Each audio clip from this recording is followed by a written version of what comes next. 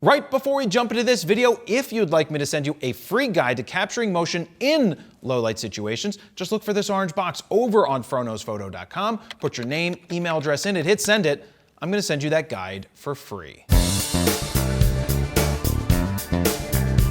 Jared Polin, froknowsphoto.com, and this is a review of the Viltrox 35mm f1.2 lab lens. Now, before I get into all the specs and what I shot, I just gotta say that these Chinese lens companies are coming in hot. What I mean by that is in a short period of time, they've been able to infiltrate this market with better quality time and time again lenses. This lab lens has stepped up the quality once again from Viltrox, where they do offer you some lower end plasticky lenses, but in a matter of years, they've really stepped up the game extremely well. Now, what did I photograph with this lens? Well, I took it down to Florida for spring training. Honestly, when I was testing out the 300 to 600 Sigma, I threw this in the bag as well because I thought it would be great to use at spring training for the New York Mets, as well as took it out to the golf course where Ken Griffey Jr. was playing a round of golf in a Pro-Am, and it gave me a great opportunity to get some awesome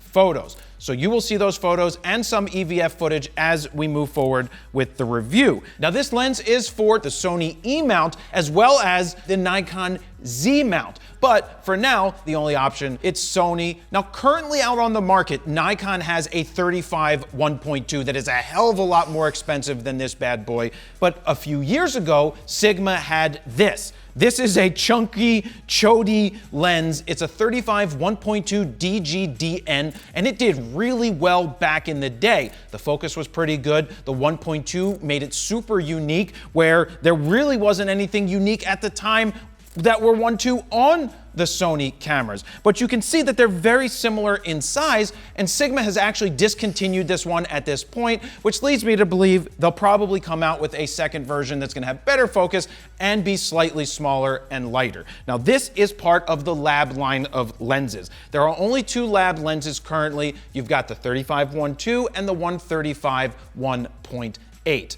It feels like a very nice lens. Now, when you say lab, you think of like Pinky and the Brain. That's right, Narf! They're Pinky and the Brain, brain. Pinky and the Brain doing something experimental, but lab is considered their highest end. It has some nice heft to it. When I took it out of the box, I was like, wow, that doesn't feel like a fourth-party Chinese-made lens. It actually feels really good. It weighs in at 2.03 pounds or 920 grams, which is a third of a pound less than the Sigma version that is currently already out. In terms of filter thread, you've got your 77mm filter thread, and you have the worst squeezable lens cap right here. I just remembered that because you can barely get your fingers in it. Viltrox, we need a deeper lens cap. Our fingers are, sometimes bigger or whatever. I can barely hold on to it. So that's just a minor thing. It needs a better lens cap. You've got your lens hood right here it's plastic. I thought it was metal, but it's not. It's plastic. Wow.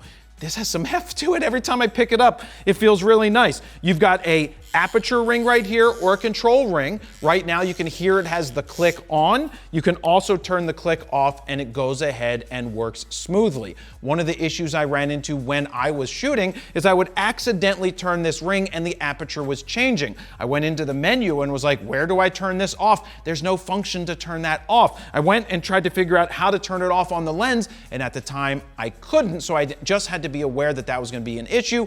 I let Viltrox know. They have since put out a firmware that updates it so you can now lock the ring without a problem. So thanks to me, it's been fixed. You have two function buttons. You got function 1 and function 2. One has a nipple, the other has lost the nipple somewhere along the way, but we want to free the nipple, so you get one with a nipple, one without a nipple. Something I do need to tell you is when you do update the firmware, on the bottom of the lens in the metal, you do have a USB-C port. That is where you go ahead and update the lens with new firmware. You also have a screen that gives you information, all different types of things. I wish you could play like Tetris on it. Honestly, I think a screen is worthless, kind of like when Nikon put screens out on their lenses, and now they've done away with that because it's unnecessary, to be honest with you, but it does have that. Now, one thing that is not in this lens is image stabilization. There is no VR or IS into this lens. That would only make it more expensive and heavier and bigger, but there are very few lenses that are this size that have IS built in. And when you're shooting at 1.2, you generally are able to let in more light, and with the stability that you have inside of bodies today, you don't have to worry about it as much. So we're gonna head out into the dugout at spring training at Cloverfield. We've got Jesse Winker here on the bench. My idea with a 35-1.2 or any 35mm is that it's a great photojournalistic style type of lens. You could use it for street photos. You could use it for just about anything. I love 35mm. It allows you to get close, but still have the rest of the scene in there. For example, in the background here, you can see that the New York Mets emblem and the player out there are out of focus. Now, with a 2.8, they'd be a little bit more in focus. Even at 1.8, there's a difference between 1.2 and 1.8. I just love the separation and look that you get at 1.2. As we move on to the next picture of Jesse, here I was able to, you can zoom in and see how nice and sharp it is at 1.2. It did oh, you can see me in the reflection. Look how cool I look in that reflection.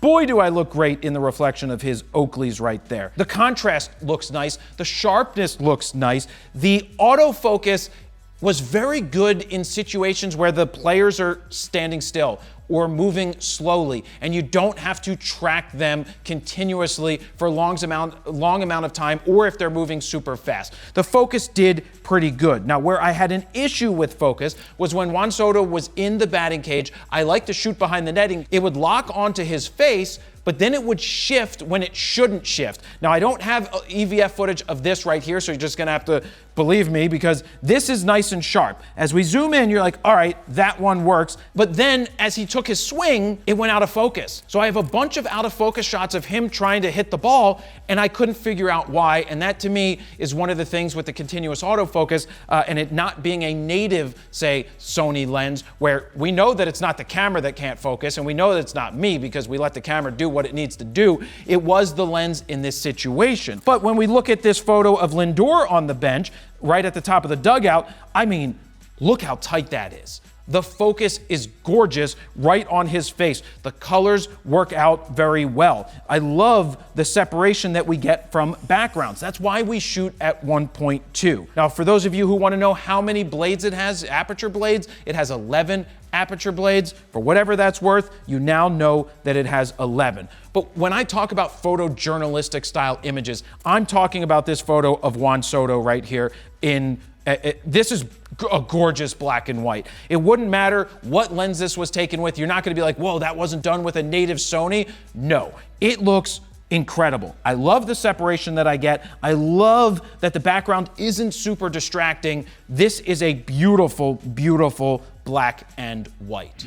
Let me jump in here real quick because I want to show you FroPak 4 in action on this photo, starting with Blue's Clues, followed by Brooklyn, C41, Copper Tone, High C, Kaleidoscope, Mel Brooks, Saltwater Taffy, Thick, Tintype, and Wet Hot American Summer. But check this out. My all-time favorite from FroPak 1 is Skittles. With one click of a button, we go boom. But check this out. Exclusive and all new to FroPak 4, we've got 4 custom adaptive Lightroom presets that include Face Enhance, Full Body Enhance, Eye Only Enhance, as well as Background Blur. So look, if you want to speed up your raw workflow, give yourself a great starting point, or you're just tired of other people's presets sucking, ours don't suck. We've created 14 all-new custom Lightroom presets that you can check out right now at froknowsphoto.com/FroPak4. While you're over there, you can play with the sliders to see the befores and the afters, and if you decide to pick them up right now, they are currently on sale. Or if you want to get the Grand Slam bundle that includes FroPak 1, 2, 3, and 4, and of course Skittles, you will save even more. Now, let's get back to the video.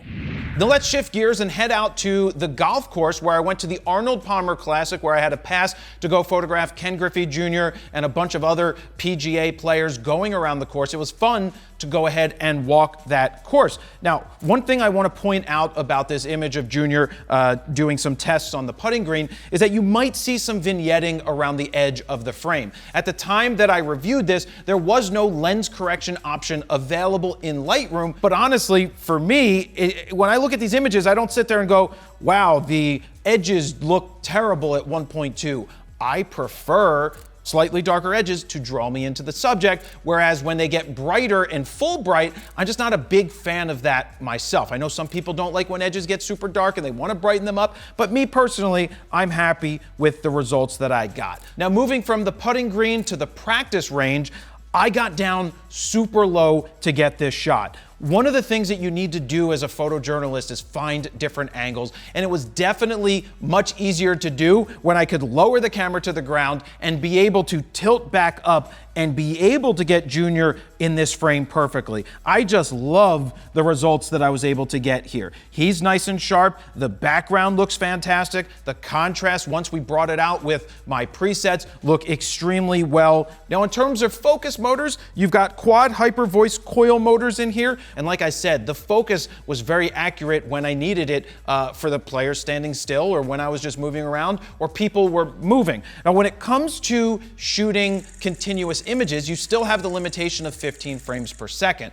That limitation is going to be there probably for all third-party lenses. Would I like to take advantage of the 120 frames per second or 30 frames per second on the cameras? The answer is yes, but keep in mind, this is a third-party lens and it's meant to be more affordable compared to what the competitors offer. Now, since I walked like 18,000 steps, I was able to get some very nice images, things that I liked from, I personally never shot golf before, but just finding the different angles behind the players, which then show the grandstands behind them and the clouds up above. Time and time again, it gave me a beautiful, nice image. It's not just shooting tight. You could shoot tight all day long, but you never get the scene, and that's why I personally love 35 millimeters, because you get the scene, you get the clouds, but with the 1.2, you have the isolation of the subject, which is fantastic. Now, at the end of the round, they wanted to do a group shot. It's not the greatest background in the world. I quickly banged up to f4.5 because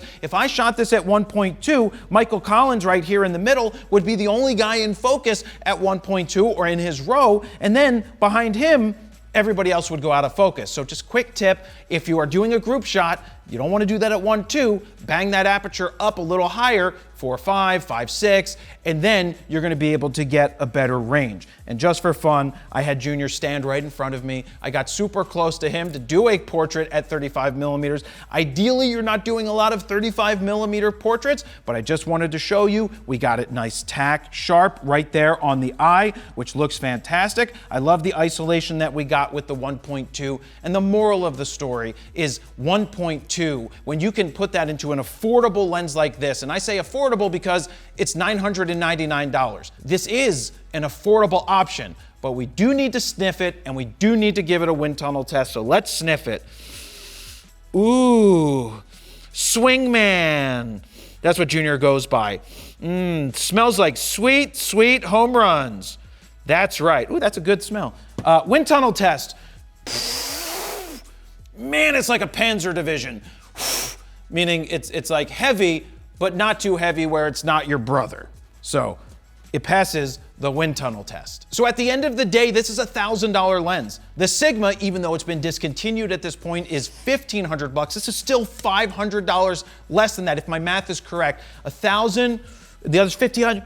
My math is correct. It's a lot more less than what Nikon's version is. If Sigma had a version 2 out, I'd probably go with the version 2 for me as a professional, but knowing that's gonna be an $1,800 lens, probably it's gonna be more expensive. So this is the option that you have. I think Viltrox did a very good job releasing this lab lens, and to have it at $1,000 is a good option for somebody who wants to get into a 1.2 on Sony or on Nikon, but wouldn't be able to drop any more money for something else. And honestly, again, it's basically the only option you have for Sony right now. So that's where I'm gonna leave it, guys. Let me know what you think down below. Thank you very much for watching. Jared, PolinPhotoPhoto.com.